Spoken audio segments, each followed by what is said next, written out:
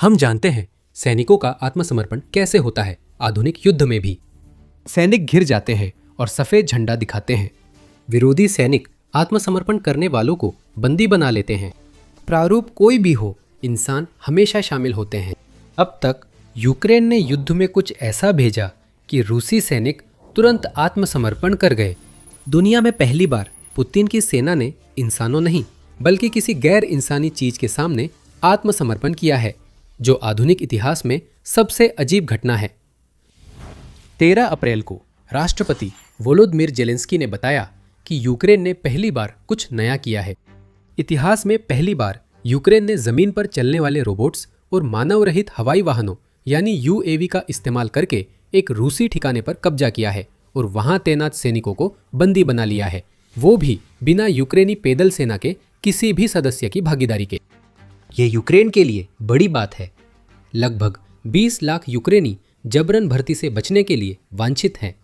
ऐसे में Ukraine Putin के आक्रमण के बाद से बड़ी समस्याओं के लिए नए नए समाधान निकाल रहा है।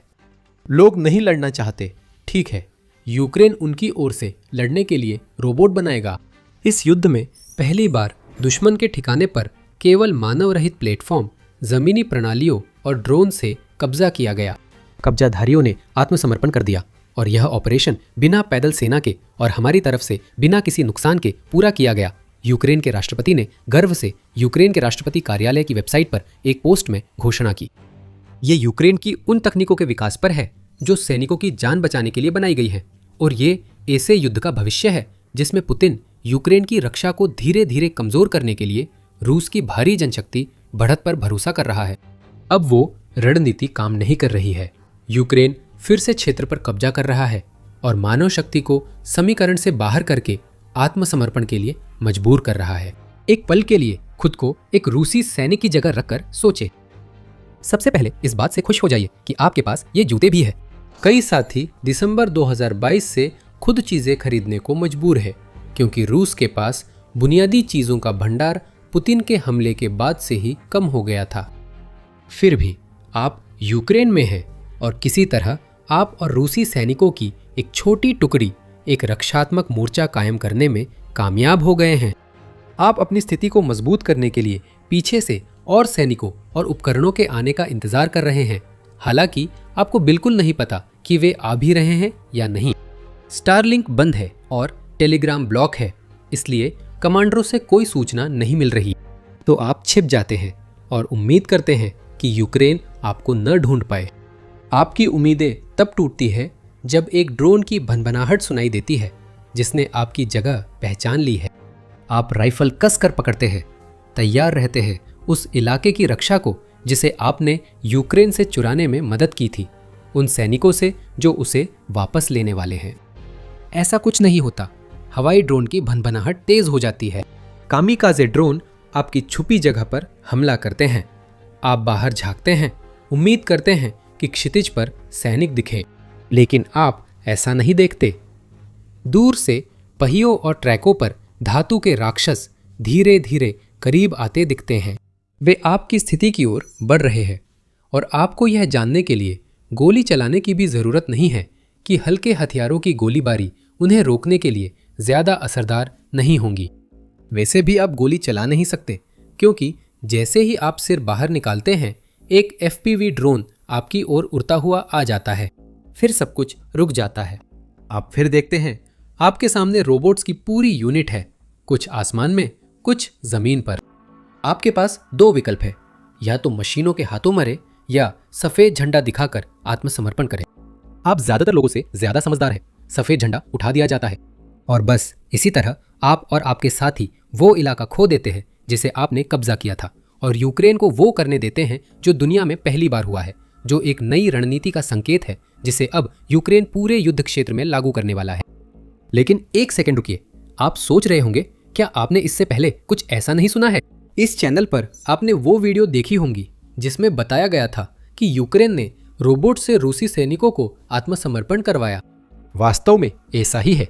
जेलेंस्की जो घटना बता रहे हैं वह यूक्रेन की कड़ी मेहनत का परिणाम है, जिसमें देश ने इससे पहले भी जमीन पर रोबोट्स और यूएवी का इस्तेमाल करके अलग अलग घटनाओं में रूसी सैनिकों को पकड़ने में सफलता पाई थी।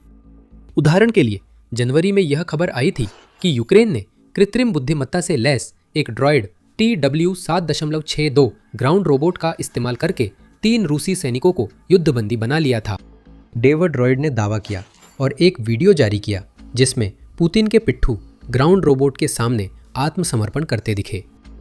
फोर्ब्स ने रूसी सैनिकों के यूक्रेन की रोबोट सेना के सामने आत्मसमर्पण की खबर दी। 11 मार्च को एक वीडियो सामने आया जिसमें सैनिक एक ड्रोन के सामने प्रतीकात्मक सफेद झंडा लहरा रहे थे। उस ड्रोन में एक लाउड स्पीकर लगा था जो उन्हें साफ साफ बता रहा था कि अगर वे आत्मसमर्पण नहीं करेंगे तो उनके साथ क्या होगा। उस घटना में 4 सैनिकों ने कैदी बनना चुना। शायद उन्होंने कुछ मिनट पहले अपने साथियों को यूक्रेन के ड्रोन से मरते देखा था।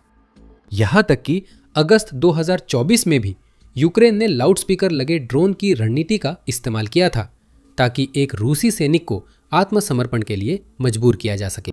इस मामले में सैनिक को उसकी यूनिट ने छोड़ दिया था, इसलिए वो शायद खुश था कि ड्रोन जिसे वो मारने आया समझ रहा था, कैदी बनाने की बात करने लगा। तो बात यह है कि यूक्रेनी ड्रोन और रोबोट्स के सामने आत्मसमर्पण पहले भी हो चुके हैं। ताज़ा घटना और पिछली सभी घटनाओं के बीच फर्क ये है कि अब मामला यूक्रेन के लिए गंभीर हो गया है। अब तक हर आत्मसमर्पण अलग थलग रहा, जिससे यूक्रेन को अपने क्षेत्र में कोई बड़ा लाभ नहीं मिला। लेकिन ये मामला अलग है और फर्क ये है कि यूक्रेन ने न सिर्फ रूसी सैनिकों को आत्मसमर्पण के लिए मजबूर किया, बल्कि अपने ड्रोन और जमीनी रोबोट का इस्तेमाल करके उन इलाकों को भी वापस ले लिया जिन पर ये सैनिक काबिज थे। ज़ेलेंस्की ने यह खुलासा नहीं किया है कि इलाके की मुक्ति ठीक कहाँ हुई, हालांकि सबसे ज्यादा संभावना यही है कि यह कहीं दक्षिण में हुआ। यूक्रेन जनवरी के अंत से ही दक्षिण में लगातार जवाबी हमला कर रहा है, जिससे उसने लगभग 480 वर्ग किलोमीटर या करीब 185 वर्ग मील अपनी जमीन वापस हासिल कर ली है। अब हम वो जमीन भी जोड़ सकते हैं जिसे यूक्रेन के ड्रोन और जमीनी रोबोट ने हाल ही में बिना किसी पैदल सैनिक के आज़ाद कराया है। ज़ेलेंस्की ने यूक्रेन की कई रोबोटिक प्रणालियों जैसे वोलाया, टर्मिट, अर्दाल, राटेल, प्रोटेक्टर और स्नेक के नाम तेजी से गिनाए। उन्होंने ये नहीं बताया कि इनमें से कौन सी प्रणालियां, अगर कोई थीं भी, यूक्रेन के इस दुनिया में पहली बार किए गए कारनामे में शामिल थीं। लेकिन एक और दिलचस्प बात जरूर बताई, यूक्रेन के रोबोट सिर्फ क्षेत्र ही वापस नहीं ले रहे, वे मशीनें मोर्चे पर जानें बचा रही हैं। ज़ेलेंस्की के मुताबिक पिछले 3 महीनों में यूक्रेन की रोबोटिक प्रणालियां 22,000 मिशनों में शामिल रहीं। इन रोबोटों को उन जगहों पर भेजा गया जहां इंसानों को खतरा था। अब इंसानों की जगह ये रोबोट जाते हैं। यूक्रेन ने क्षेत्र वापस पाने में रोबोटों का उपयोग किया, यह सिर्फ एक उदाहरण है। यूक्रेन की जमीनी रोबोट बचाव और लॉजिस्टिक ऑपरेशन कर रही है, जिससे जानें बच रही है। दूसरे शब्दों में कहे तो 22,000 से अधिक बार जानें बचाई गई। एक सैनिक की जगह एक रोबोट सबसे खतरनाक इलाकों में गया। ज़ेलेंस्की ने कहा, यह सर्वोच्च मूल्य यानी मानव जीवन की रक्षा के लिए उन्नत तकनीकों की बात है, यूक्रेन की इस अद्भुत उपलब्धि की खबर देते हुए। अब हम जो देखना शुरू कर रहे हैं वो ये है कि यूक्रेन के अंदर लड़ाई का मतलब पूरी तरह से बदल रहा है। रूस इसके लिए तैयार नहीं था। पुतिन ने आक्रमण शुरू करते समय सोचा था कि जनशक्ति और पारंपरिक हथियार ही जीत के लिए काफ़ी हैं। शुरुआती सैन्य कार्रवाई असफल होने पर भी पुतिन को लगा था कि युद्ध को क्षय युद्ध बनाकर यूक्रेन की सेना अब तक थक कर बिखर गई होती। सितंबर 2025 तक युद्ध अध्ययन संस्थान की रिपोर्ट थी कि पुतिन मानते थे रूस यूक्रेन उसके ड्रोन और पश्चिमी मदद से ज़्यादा टिकेगा। यूक्रेन में 7 लाख रूसी सैनिकों की मौजूदगी को जीत की कुंजी माना गया। बस एक समस्या है, जनशक्ति से युद्ध जीतने के लिए विरोधी सैनिकों को खत्म करना होता है। रूस ऐसे युद्ध के लिए कभी तैयार नहीं था जैसा अब सामना कर रहा है। जैसा ज़ेलेंस्की कहते हैं, भविष्य मोर्चे पर है और यूक्रेन उसे बना रहा है। भविष्य सिर्फ ड्रोन और रोबोट से सैनिक पकड़ने या क्षेत्र कब्जाने तक सीमित नहीं, कई और रूपों में भी दिख रहा है। यूक्रेनी युद्ध क्षेत्र पर मशीनों का उदय हो चुका है और यूक्रेन की रोबोटिक बढ़त इतनी बढ़ रही है कि रूस उसे संभाल नहीं पा रहा। इससे पहले कि हम इसमें और गहराई से जाएं, आपको जल्दी से याद दिला दूं कि आप द मिलिट्री शो देख रहे हैं। अगर आपने चैनल को सब्सक्राइब नहीं किया है तो अभी बटन दबाने का सबसे अच्छा समय है। हर महीने यूक्रेन में रोबोट और ड्रोन का काम बढ़ रहा है। यूक्रेन की सशस्त्र सेनाओं के सेना प्रमुख अलेक्जेंडर सियर्स्की के अनुसार मार्च में रोबोटिक प्रणालियां ने फरवरी की तुलना में 50% ज़्यादा काम किए और यही ट्रेंड हम तब से देख रहे हैं जब से यूक्रेन ने अपने मानव रहित हवाई वाहनों के साथ जमीन पर चलने वाले रोबोट्स का इस्तेमाल शुरू किया है। इस बढ़ोतरी के साथ रूस को भारी नुकसान भी हो रहा है। अप्रैल में सियर्स्की ने बताया कि यूक्रेन के यूएवी ने मार्च में दुश्मन को पिछले महीने से 29% अधिक नुकसान पहुंचाया। इसके अलावा मार्च के दौरान यूक्रेन के लिए फ्रंटलाइन रोबोट्स ने कुल मिलाकर लगभग 9000 मिशन पूरे किए, जो कुछ ही महीने पहले की तुलना में बहुत बड़ी बढ़ोतरी है। नवंबर 2025 में रोबोट्स ने कुल मिशनों का 1/3 से कम यानी 2900 मिशन पूरे किए थे। यह यूं ही नहीं हो रहा है, ये यूक्रेन के समन्वित प्रयास का परिणाम है, जिसका लक्ष्य रोबोट्स को आज के युद्ध के लड़ाके बनाना है। हम यूक्रेन की रोबोट सेना की बढ़ती संख्या देख सकते हैं। यूरो मैदान प्रेस के अनुसार नवंबर 2025 में यूक्रेन की 67 यूनिट्स लॉजिस्टिक्स मिशनों के लिए जमीन पर चलने वाले रोबोट्स इस्तेमाल कर रही थी। मार्च तक यूनिट्स की संख्या 167 हो गई थी। अगर आप यह जानना चाहते हैं कि इन 2 महीनों के बीच यूक्रेन द्वारा किए गए रोबोट मिशनों की संख्या 3 गुना से भी ज़्यादा कैसे हो गई, तो यही इसका जवाब है। लगभग 3 गुना ज़्यादा यूनिट्स द्वारा रोबोट्स का इस्तेमाल करने का मतलब है कि उन रोबोट्स द्वारा लगभग 3 गुना ज़्यादा मिशन पूरे किए गए। यूक्रेन का रक्षा उद्योग भी एक ऐसी रणनीति की ज़रूरतों को पूरा करने के लिए विस्तार कर रहा है जो अब पहले से कहीं ज़्यादा ड्रोन और यूएवी पर निर्भर है। ज़ेलेंस्की बोले, यूक्रेन के यूएवी निर्माता अब हर साल लाखों हवाई मौत की मशीनें बना सकते हैं। 2025 के अंत तक ये संख्या सालाना 40 लाख हो गई थी और यूक्रेन को उसके साझेदारों द्वारा या अपनी रोबोटिक्स की बिक्री के माध्यम से अन्य देशों से और अधिक फंडिंग मिलने पर उत्पादन की मात्रा और भी अधिक बढ़ सकती है। जमीनी रोबोटों के मामले में इंटरप्रेटर ने मार्च के अंत में रिपोर्ट किया था कि यूक्रेन में 280 कंपनियां हैं जो सभी उन प्रकार के रोबोट बनाने के लिए समर्पित हैं जिनका उपयोग यूक्रेन ने अपनी विश्व की पहली घटना में किया था। उन कंपनियों के बनाए रोबोट सैकड़ों टन सामान ढो रहे हैं और बचाव व आक्रामक अभियानों में भी शामिल है। यूक्रेन की सेना में 3rd आर्मी कोर के कमांडर एंड्री बोलेट्स्की सहित कुछ लोग मानते हैं कि ये रोबोट 2026 के अंत तक फ्रंटलाइन इन्फेंट्री की ज़रूरतें 30% तक घटा देंगे। भविष्य में यूक्रेन को जिन मिशनों को पूरा करने के लिए पहले सैनिकों की ज़रूरत होती थी, उनमें से 80% तक मिशन यूएवी और रोबोट्स द्वारा किए जा सकते हैं। यूक्रेन अपने रोबोट्स का इस्तेमाल जिस तरह से करता है उसमें भी कुछ बदलाव आ रहा है। ग्राउंड रोबोट्स पहले लगभग सिर्फ लॉजिस्टिक्स से जुड़े मिशनों में ही इस्तेमाल होते थे। वे पहले और अब भी भारी मशीनें हैं जिन पर यूक्रेन इंसानों से कहीं ज़्यादा सामान लाद सकता है। मार्च में यूक्रेन के रोबोट्स ने 9000 में से अधिकतर मिशन लॉजिस्टिक्स से जुड़े पूरे किए। अप्रैल में क्षेत्र और रूसी सैनिकों की पकड़ से पता चलता है कि यूक्रेन अपने ग्राउंड रोबोट्स को रसद भूमिका जितना ही आक्रामक बल के रूप में प्रभावी बनाने पर काम कर रहा है। फॉरेन पॉलिसी ने 13 अप्रैल को उस क्षेत्र में दिख रहे बदलाव को उजागर किए। ये बताता है कि यूक्रेन में ग्राउंड रोबोट्स इतने बड़े पैमाने पर बनाए और इस्तेमाल किए जा रहे हैं, उसका एक कारण ये है कि इन्हें बनाने की औसत लागत $20,000 से भी कम आती है। संदर्भ के लिए, यूक्रेन के मोर्चे पर एक सैनिक लगभग $2,500 मासिक कमा सकता है। यह न्यू वॉइस ऑफ यूक्रेन के मुताबिक है। सिर्फ 8 महीनों में ग्राउंड रोबोट सैनिक से ज़्यादा किफ़ायती होता है और इसमें फ्रंटलाइन सैनिक के प्रशिक्षण और उपकरण की अतिरिक्त लागत नहीं जोड़ी गई है। वे लागतें सैनिक के वार्षिक खर्च में हज़ारों डॉलर बढ़ा देती हैं। जहां तक एक ग्राउंड रोबोट की बात है, उसे ना तो खाना चाहिए, ना प्रेरणा, ना कपड़े और ना ही प्रशिक्षण। उसे बस एक ऑपरेटर चाहिए जिसके पास एक लक्ष्य हो। बाकी सब कुछ एक $20,000 के पैकेज में समेटा हुआ है। शायद कुछ डॉलर और जुड़ जाएं अगर रोबोट में विस्फोटक या कोई बंदूक लगी हो जिसे युद्ध अभियानों में इस्तेमाल किया जा सके। यूक्रेन की रोबोट आधारित रणनीति के नुकसान अब दिख रहे हैं। रूस का इलेक्ट्रॉनिक युद्ध EW उनमें से एक है। यूक्रेन के रोबोट्स में सॉफ्टवेयर होता है और उस सॉफ्टवेयर को रूस द्वारा युद्ध के मैदान में लाई जा रही नई EW का मुकाबला करने के लिए अक्सर हर महीने अपडेट करना पड़ता है। जैसे जैसे यूक्रेन में मारक क्षेत्र यूक्रेन की अपनी वजह से बढ़ते जा रहे हैं, रोबोट्स और यूएवी को अपनी यूनिट्स में पहुंचने के बाद संशोधित करना पड़ता है। दूसरी समस्या होना एक अच्छी बात है। बड़े मारक क्षेत्र का मतलब है कि ज्यादा रूसी सैनिक मर जाते हैं इससे पहले कि वे उन अग्रिम मोर्चों के पास पहुंचे जिनकी यूक्रेन रक्षा कर रहा है। अगर इसका मतलब यह है कि रूसी सेना को हमला करने से पहले ड्रोन से भरे इलाकों में कई मील पैदल चलना पड़ेगा, तो यूनिट्स शायद कुछ बदलाव करने में खुशी महसूस करेंगी। कमियों के बावजूद यूक्रेन का ड्रोन और रोबोट में रूस पर बढ़त साफ दिख रही है और इसके असर नजर आ रहे हैं। यूक्रेन की रोबोटिक सेना युद्ध क्षेत्र और रूस में तबाही मचा रही है।